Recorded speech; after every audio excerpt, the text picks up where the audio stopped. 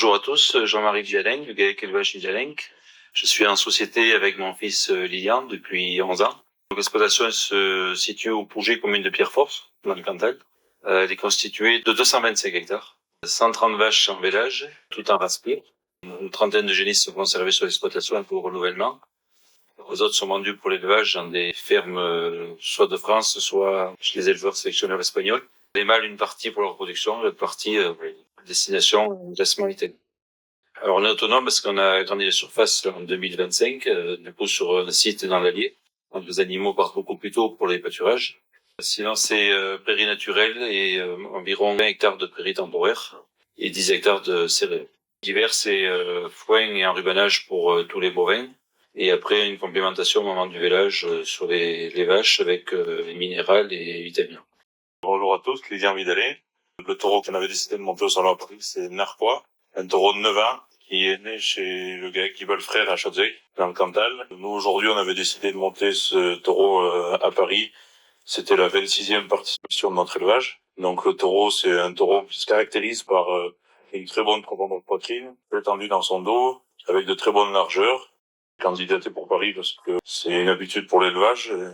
J'essaye d'y aller le maximum qu'on peut. C'est pour promouvoir notre élevage, faire voir ce qu'on sait faire, pour aussi permettre la présentation de la race aubrac au grand public à Paris, ainsi que à tous les futurs potentiels acheteurs de génétique. Donc c'est important d'être présent à Paris.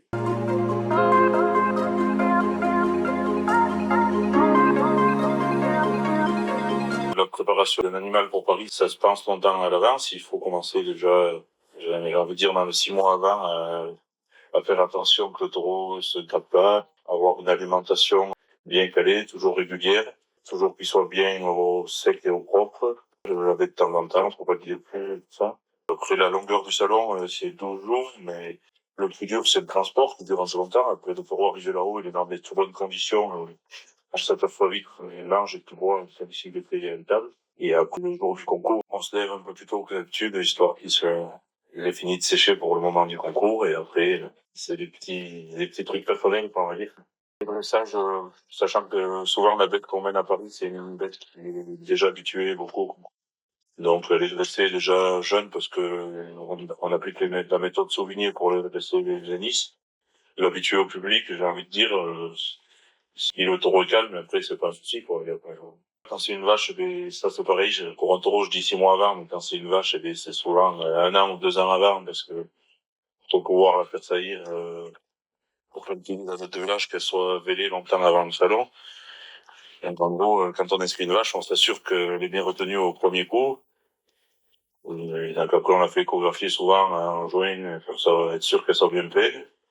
Et après, on a les candidats pour Paris, donc à partir de ce moment-là, il faut pareil, faire attention, la mettre à part, et donc le village est fait. Après, on habitue le veau à pas être avec la vache tout le temps, parce qu'à Paris, sinon après, ils sont pas habitués.